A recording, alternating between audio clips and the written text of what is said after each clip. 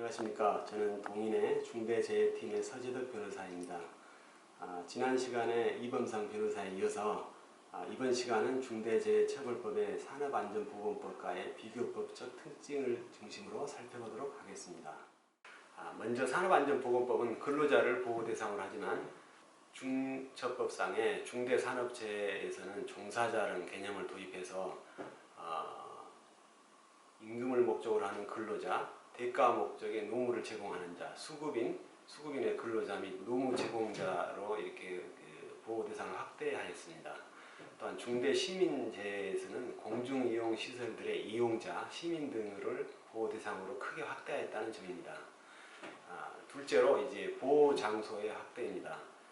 산업법은 사업장 단위만을 보호로 하지만 중처법은 사업단위, 즉 사업장별이 아니라 경영상 일체를 이루는 하나의 기업에 속한 모든 사업장, 즉 본사를 중심으로 해서 지리적으로 떨어져 있는 사업장들 다 포함해서 보호장소를 확대하고 있다는 점입니다.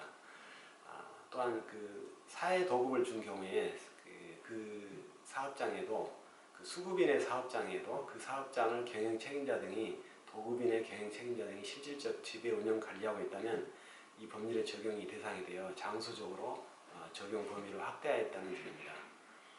셋째로 처벌 주체의 확대입니다.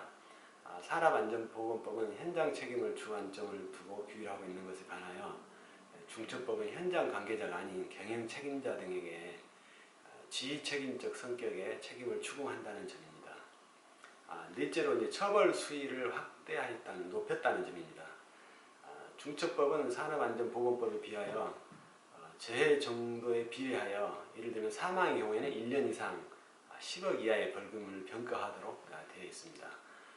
또한 법인에 대한 벌금형일 경우에 부과를 하게 되는데 50억 이하까지 병과가 가능하도록 되어 있습니다.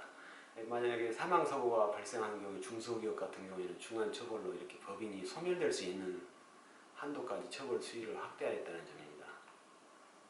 다섯 번째로 징벌적 손해배상 제도를 도입하였다는 것입니다. 이 중대재해처벌법은 이 중대재해 피해자에 대하여 법인에게 5배 이하의 징벌적 손해배상 청구를 할 수 있도록 법인에 대한 책임을 강화했다는 점이 특징이 되겠습니다. 통상 징벌적 손해배상 제도에 하에서 실무 운영을 보면은 1.5배 정도를 이렇게 부과를 하고 있는데 이론상은 5배 이하까지 징벌적으로 손해배상 청구가 가능합니다. 여섯 번째로 수법 의무 내용상의 차이입니다. 산안법은 매우 구체적으로 안전보건조치 의무로 주어져 있지만 중처법은 매우 추상적으로 안전보건 확보 의무가 주어졌다는 것입니다.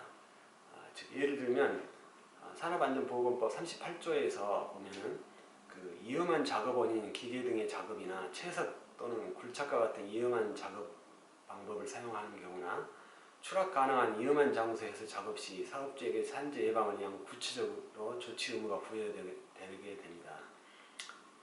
또한 39조에서는 건강장애를 유발할 수 있는 방사선 등 유해한 광선이나 액체 등의 작업 시 구체적인 예방조치를 사업주에게 부여하게 됩니다.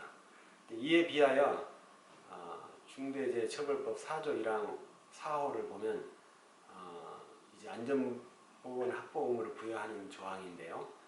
이 법률 조항을 보면은 이 관계 법령에 따른 이행에 필요한 관리상의 조치라는 것을 부과하는데 이 개념이 좀 매우 불확정적인 추상적인 용어를 사용해서 좀 애매모호하다는 점입니다. 이 점에 대해서는 추후 다시 살펴보도록 하겠습니다. 마지막 7번째로 중대재해 개념상의 차이에 대해서 살펴보도록 하겠습니다. 사망사고의 경우에는 산업안전법, 중대재해처벌법 모두 중대재해로 보았지만 사망 이외의 재해사고의 경우에는 중처법은 동일한 사고의 경우로 한정하거나 부상의 경우에도 동일한 유해 요인으로 한정해서 치료기간이나 피해자의 수도 약간의 차이가 있습니다. 여기까지 오늘은 강의를 마치겠습니다. 감사합니다.